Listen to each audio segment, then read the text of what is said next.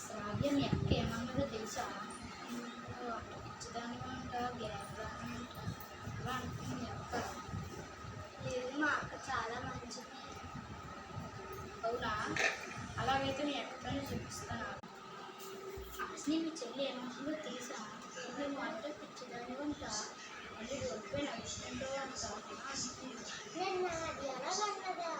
అవును.